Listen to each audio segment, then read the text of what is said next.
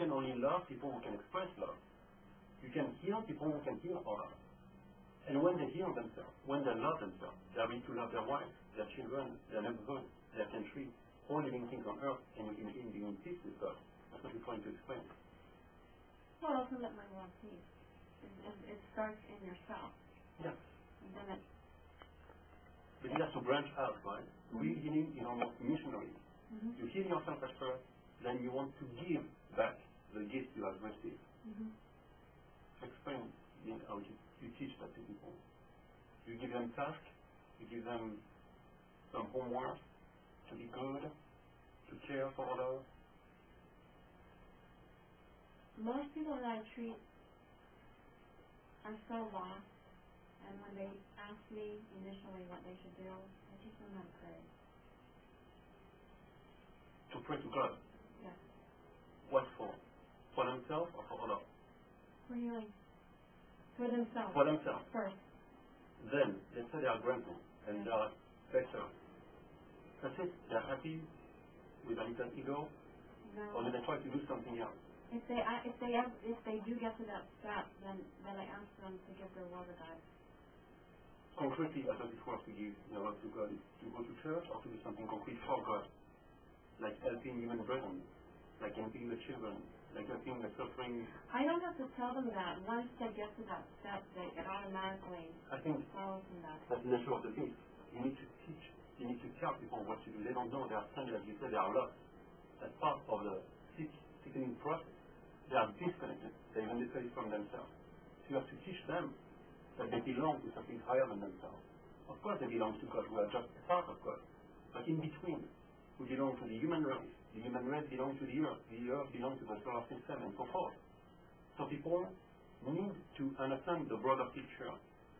It's because they give too much room to their own ego that they are afraid of losing this ego that you call death. In the language, we don't have a word for that. And so forth. So you have to teach people to give away. Of course, ultimately, everything belongs to God. But God, there is only delusion. God is the only reality. But there is different ways of expressing reality. You don't want all the people to retreat in a monastery in Tibet. You need to be contemplative. You want people to help others. So how do you tell them to do so? If they ask you to. You have to become a counselor. You have to become also a teacher at some point. Well, most people haven't gotten to that point. So let's say they come to that point and they ask you, Dr. Villanueva, what should I do now? I would tell them to have to work with the poor and the homeless. Why the poor and homeless? Because it teaches people humility. Why not the children, for instance, who are always innocent? You can be poor, it's your fault. You can be homeless, it's also your fault. Well, maybe not your fault. before I knew the children. I knew children when I started first. So they're always innocent? They don't deserve what's happening to them? They are beautiful? They know better than we do about God? Well, they're closer to God, so they're easier to work with. Right, that's right. They deserve it better. But also no sacrifice, same thing. To give the advice to people to help children. How? Concretely. To go in a place where they are dying, to volunteer in an hospital, to assist them, to help kids in the street, to teach kids to put them off drugs. How do you do that concretely? Because people can ask you, I'm eager to do so, but how do I do that concretely? How do I do that? How can I help children?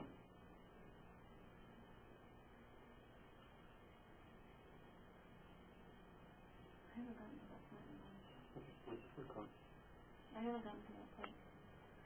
What we hear sometimes is people are something outraged to the fact that in talking of God and of healing through God or by God and for God for people, you are charging them any money. In my philosophical system, it's just the other way around. You are supposed to give to people who can give, who understand the sense of sacrifice. Sacrifice not in the American sense, which is faith, but to give, but very different. So, how do you deal with this issue of charging people? Don't you think that people should pay for their health? How does it work?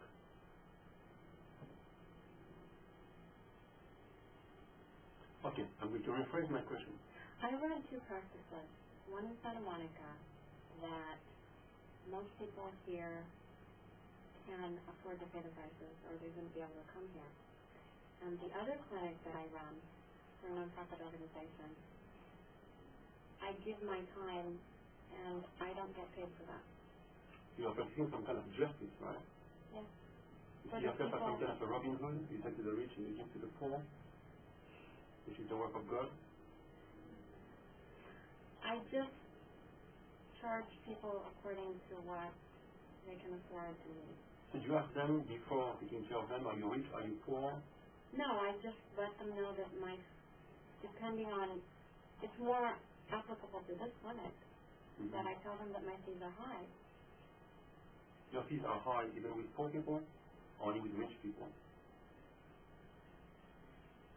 So you mean that people have to make a sacrifice that's consistent with what they earn in order to be better, which I agree completely. They have to give, they have to take their own health into their own hands, do something concretely for God, show some respect to the patient, otherwise they won't heal. That's why I'm asking again the idea of some kind of insurance to delegate upon society or any private corporation one's own health, you just cannot heal. So you agree with that. You don't take any insurance, right? No, I don't take insurance. Excellent. So give us an example of how much you charge people. Do you charge them in a different way when they are sick? Differently? If there are 10 kind of different elements or imbalances? It depends on the acuteness and the chronicity of the pathology. And if it takes me more time and energy and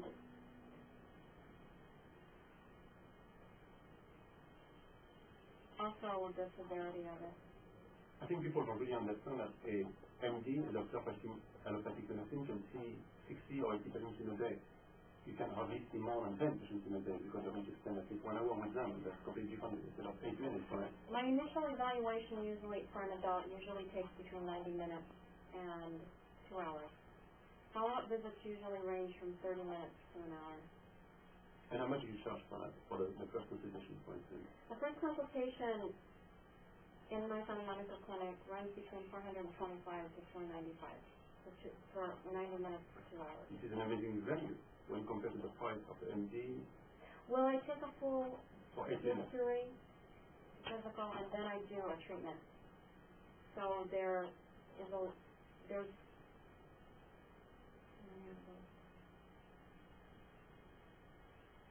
the initial visit takes a great amount of time. That's the only way to hit at the right cause of the business, just to take care of the effects. And this is the bandage policy. Most doctors don't have the time. Well, it's more of taking a global approach of the patient too, and also getting to know them, because you want to establish a relationship with them. So I suppose instead of seeing a patient for years and years, dozens of times every year, you just see them a limited amount of time, over a short period of time. Well, most people that get osteopathic treatments here get between 7 and 10 treatments, depending on what they need. And very good value. Usually, over time, if they progress, then I start tapering off the treatments to 2 weeks, 3 weeks, 4 weeks. Some people only come to see me once a month on maintenance, and some people come to see me 1 to 2 times a year, depending on what they need. But my aim is to not see them, because once I either put them on maintenance or they don't need to come, they feel they don't need to come and see me anymore, they generally do very well. And when you consider them healed, don't you give them some kind of homework to do? Don't you tell them that they should, in order to maintain their health, do something valid, gratifying, they're going to be proud of, otherwise they're going to come back? It's usually in the form of service to people. By that time, they've found it. They've found either through their job or their family hobby. It usually involves some type of service. To God, definitely. That's the only master you want to serve, right? Yes. To God. How can you serve God for a hobby?